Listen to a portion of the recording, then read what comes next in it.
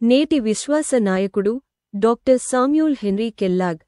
పరలోక పిలుపు మే 3, 1899.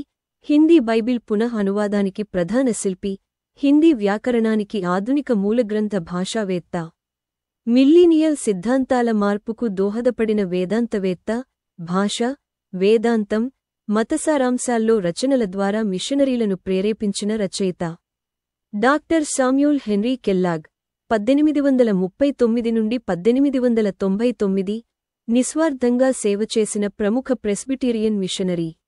19వ శతాబ్దంలో భారతదేశానికి వచ్చిన విశిష్టమైన క్రైస్తవ మిషనరీల్లో ఈయనకున్న స్థానం ప్రత్యేకమైనది.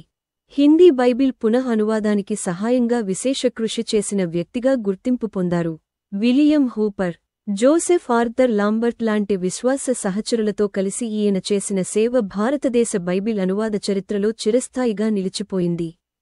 1839 సెప్టెంబరు 6న న్యూయార్క్ రాష్ట్రంలోని క్వాగ్ అనే గ్రామంలో జన్మించిన కెల్లాగ్ మతపరమైన కుటుంబంలో పెరిగారు.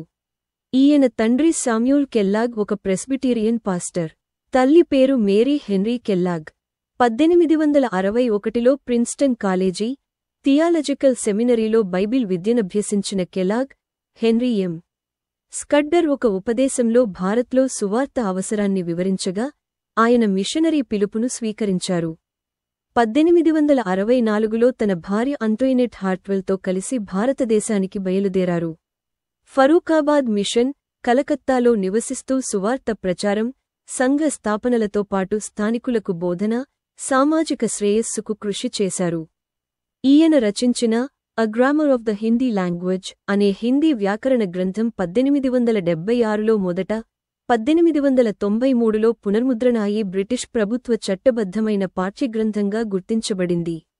ఈ గ్రంథం ఇండియన్ సివిల్ సర్వీస్ అభ్యర్థులకు ప్రాథమిక పాఠ్యాంశంగా ఉండేది.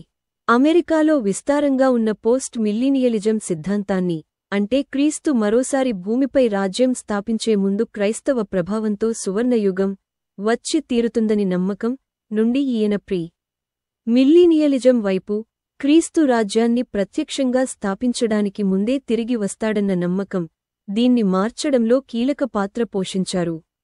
ఇది అగ్రశ్రేణి బైబిల్ పాఠకులు, మిషనరీలు, వేదాంతవేత్తలపై దీర్ఘకాలిక ప్రభావం చూపించింది. 1876లో తన భార్య అంటోయినెట్ మరణించగా 4 పిల్లలతో కలిసి ఉత్తర అమెరికాకు తిరిగి వచ్చారు. అక్కడ కెనడాలోని ప్రెస్బిటీరియన్ సంఘం కోసం అలెగని థియాలజికల్ సెమినరీలో ఉపాధ్యాయునిగా సేవలందించారు.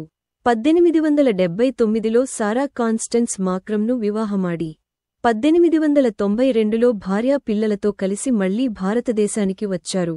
ఈసారి అహ్మదాబాద్ కేంద్రంగా హిందీ బైబిల్ పునఃనువాద పనిని కొనసాగించారు. 1899లో 60 ఏళ్ల వయసులో ప్రస్తుత ఉత్తరాఖండ్ రాష్ట్రంలోని లాండ్వోర్ అనే ప్రాంతంలో ఈయన తుదిశ్వాస విడిచారు.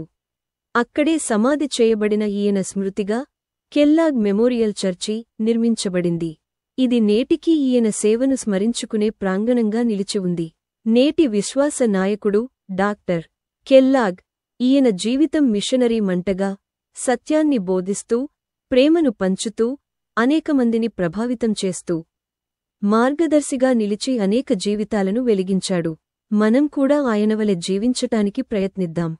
ప్రభువు నామమున వందనములు. John Michael, Rajahmundry.